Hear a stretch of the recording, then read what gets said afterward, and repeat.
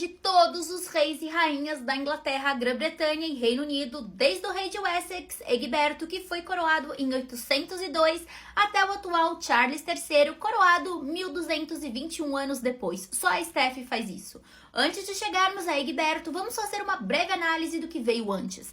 Mais de 2000 anos antes, a Grã-Bretanha era ocupada por várias tribos celtas relativamente pequenas. Em 43 d.C., os romanos chegaram e permaneceram por lá cerca de 370 anos antes de partir. Depois disso, os anglo-saxões chegaram e estabeleceram vários reinos rivais. Esses reinos existiram por cerca de 400 anos antes que o Wessex emergisse como o dominante. O mencionado Egberto foi um dos últimos de uma longa linha de reis de Wessex. Nascido em 770, ele governou de 802 a 839. Estamos começando com ele porque ele venceu uma importante vitória contra o então dominante reino da Mércia, que assim colocou em movimento o domínio de Wessex, que por sua vez produziu os primeiros reis considerados da Inglaterra.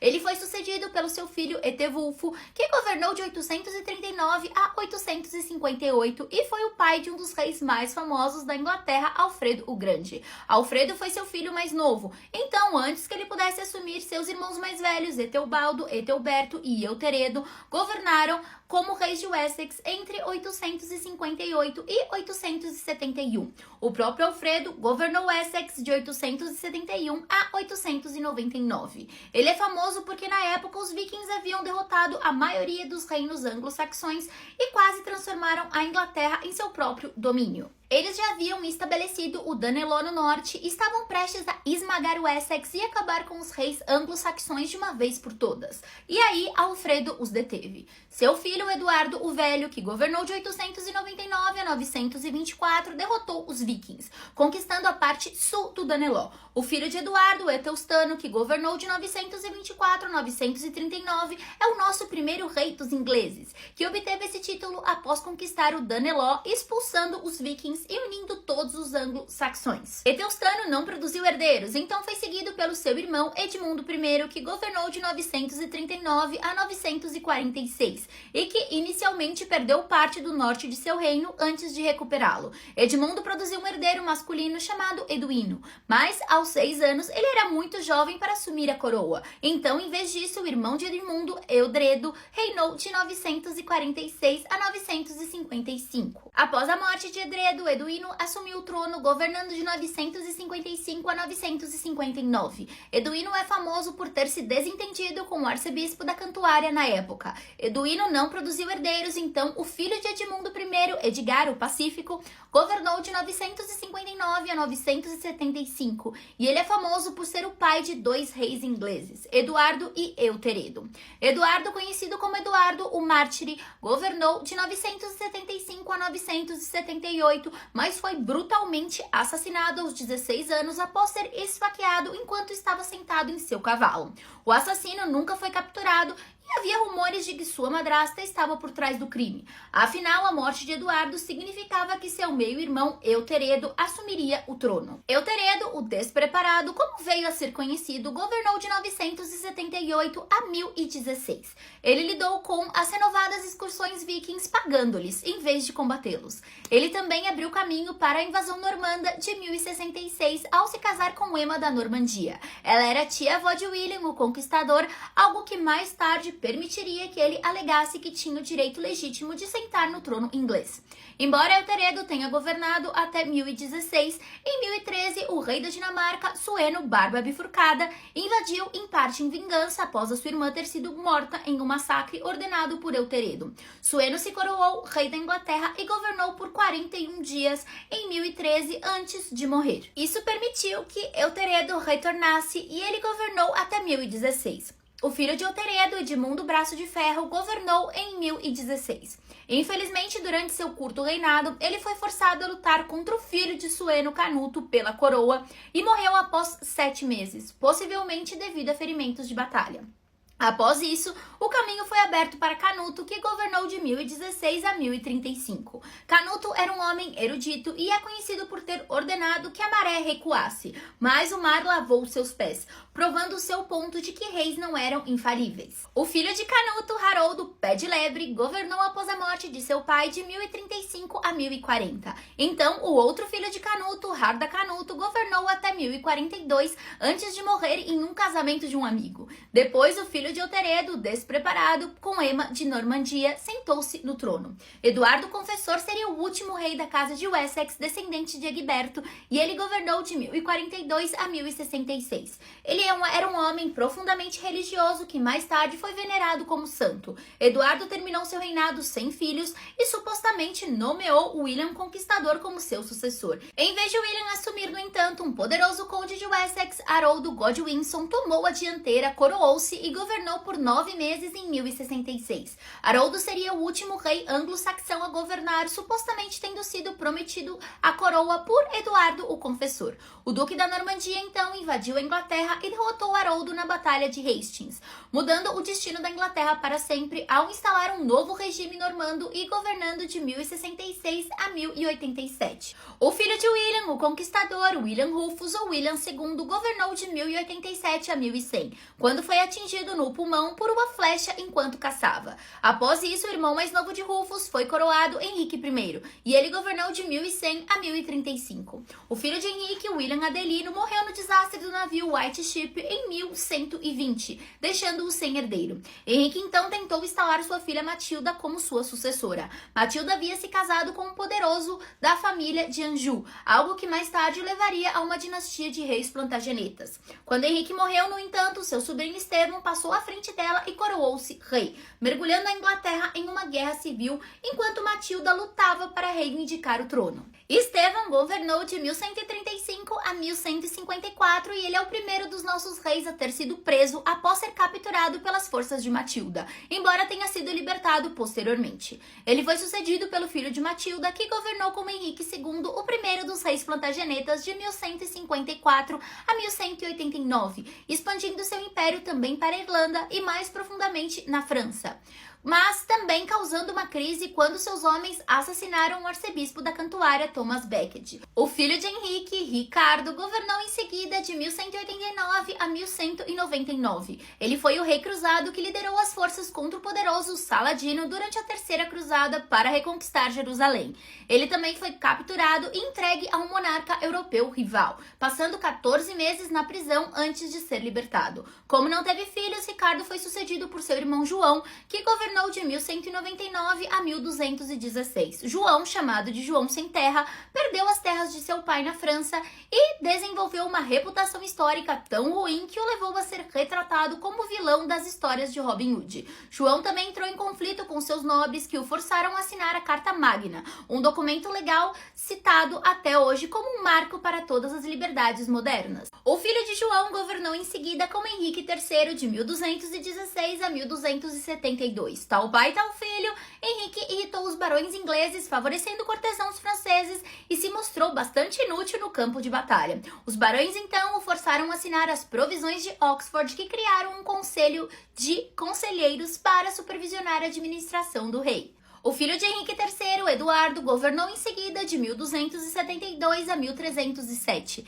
Eduardo se mostrou mais eficaz e é acreditado por ter aceitado as reformas dos barões e por ter convocado o primeiro parlamento representativo para ajudá-lo a governar. No entanto, Eduardo I tem uma terrível reputação histórica, pois também é conhecido por confiscar os bens dos judeus e expulsá-los da Inglaterra, além de reprimir as revoltas escoceses e matar o guerreiro escocês de independência William Wallace. O filho de Eduardo governou em seguida de 1307 a 1327 sob o título de Eduardo II. Ele se mostrou impopular entre os barões após promover o seu amigo, possivelmente seu amante, Piers Gaveston. Ele também foi derrotado pelos escoceses sob o comando de Robert de Bruce na famosa Batalha de Bannockbury, que garantiu a independência escocesa. A esposa ressentida de Eduardo buscou consolo nos braços de um amante, Roger Mortimer, cujas forças invadiram a Inglaterra e derrubaram o rei. Eduardo então foi preso e, segundo rumores, torturado e morto. Seu filho Eduardo III governou em seguida por incríveis 50 anos, de 1327 a 1377. Embora a peste negra tenha devastado a Inglaterra, matando mais de 40% da população, seu reinado é considerado um sucesso. Eduardo III restaurou a autoridade real e liderou a Inglaterra na Guerra dos 100 Anos contra a França, vencendo importantes batalhas em Crécy e Poitiers. O filho de Eduardo III morreu cedo demais para ser rei, então, ao invés disso, a coroa passou para o neto de Eduardo III, Ricardo II, que governou de 1377 a 1399. Ricardo II tinha apenas 10 anos quando se tornou rei. Então, o outro filho de Eduardo III, João de Gaunt, assumiu as rédeas, inicialmente ajudando o jovem rei a enfrentar grandes desafios, como a continuação da Guerra dos 100 Anos e a revolta dos camponeses de 1381. Ricardo então se desentendeu com o filho de João de Gaunt, seu primo Henrique Bolingbroke, e o exilou.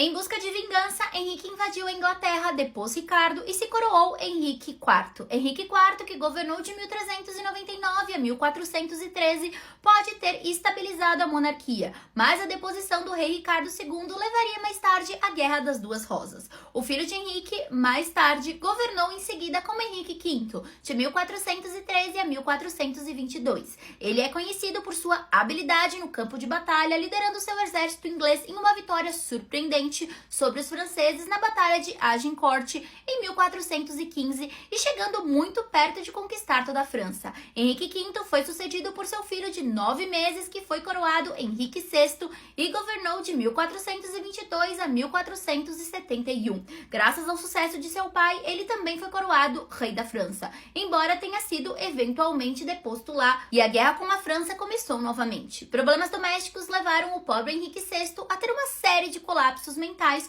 culminando na Guerra das Rosas, que resultou em sua deposição pelo filho de seu primo Ricardo, o Duque de York, que se autoproclamou Eduardo IV. Embora Henrique VI tenha sido eventualmente restaurado ao trono, Eduardo IV matou seu filho herdeiro e colocou o rei alienado na Torre de Londres, onde se acredita que ele tenha sido assassinado. Tudo isso significa que o nosso próximo rei, Eduardo IV, teve 2 reinados, de 1461 a 1470, e novamente após Henrique VI ser restaurado e depois morrer, de 1471 a 1483. Seu filho de 12 anos reinaria posteriormente como Eduardo V por apenas 11 semanas em 1483, antes de desaparecer, vítima talvez de seu tio e protetor, o infame Ricardo III, que governou de 1483 até 1485. O reinado de Ricardo III culminou com a invasão da Inglaterra por um distante pretendente ao trono inglês da linhagem lancastriana da família Plantageneta, Henrique,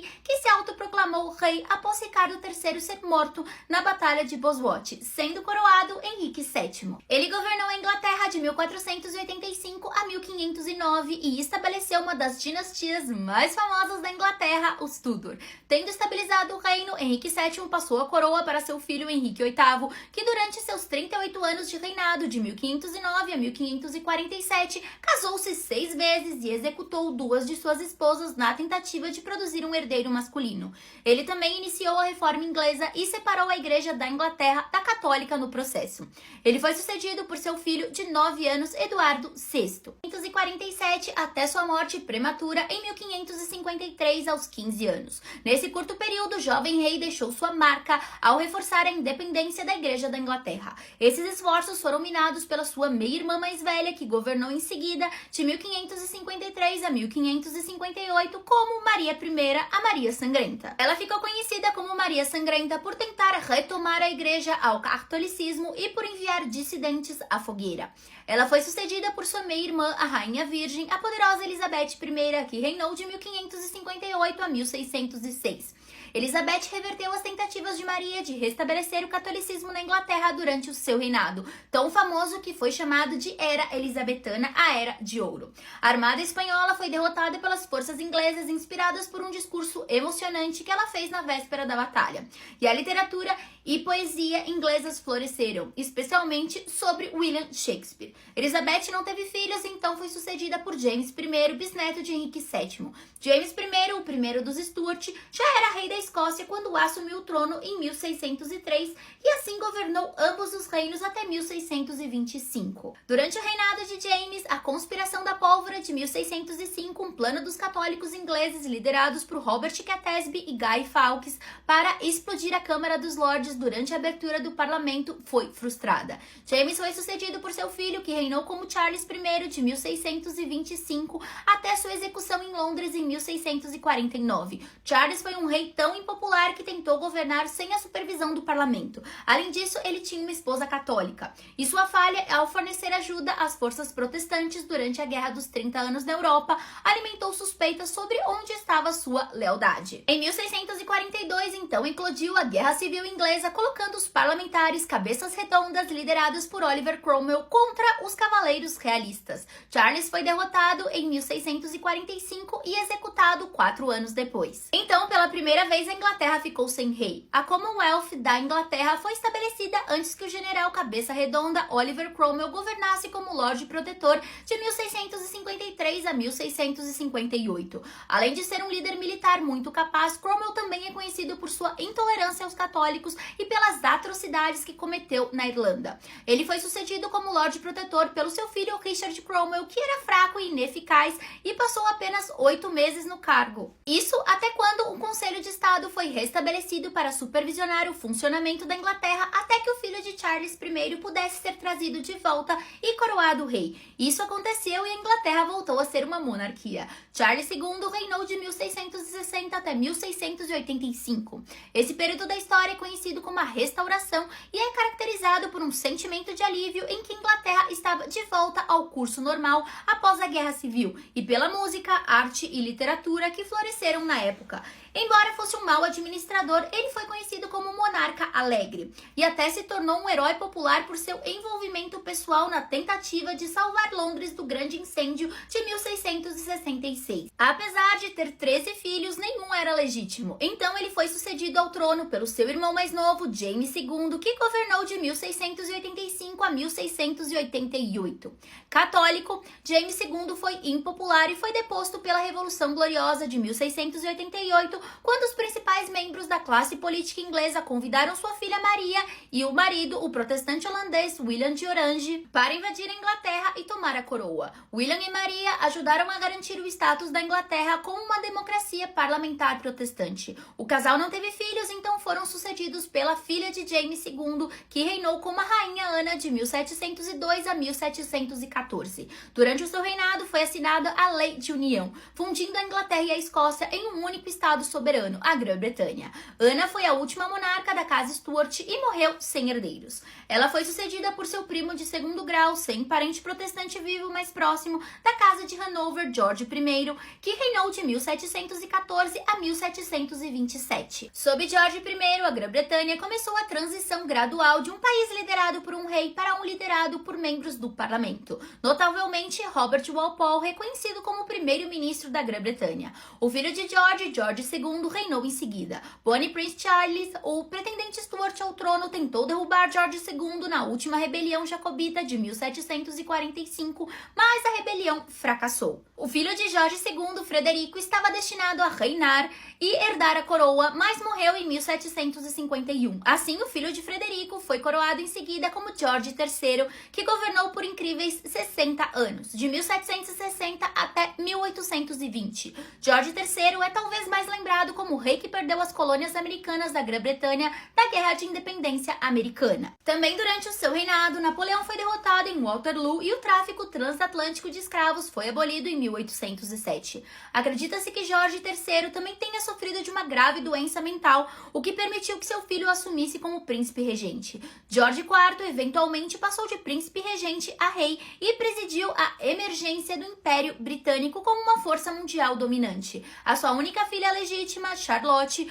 morreu antes dele em 1817. Então, quando ele mesmo morreu, foi sucedido por seu irmão mais novo, William, que reinou como William IV de 1830 a 1837. William IV herdou o trono aos 64 anos e já havia levado uma vida muito plena antes disso. Ele serviu na Marinha Real, era conhecido como Rei Marinheiro e teve uma atriz como amante e teve vários filhos. William foi sucedido por uma das monarcas mais famosas da história britânica, a Rainha Vitória. Vitória reinou de 1837 até 1901 e presidiu um período de mudanças industriais, científicas e culturais sem precedentes na Grã-Bretanha ou no mundo. Vitória, então, foi sucedida por seu filho Eduardo VII, que reinou de 1901 a 1910. Após Eduardo, ou Bertie, como era apelidado, veio George V, que ocupou o trono de 1910 a 1936. Durante a Primeira Guerra Mundial, a Casa Saxe-Coburgo-Gotha foi considerada um nome muito alemão e, portanto, foi mudada para a Casa de Windsor.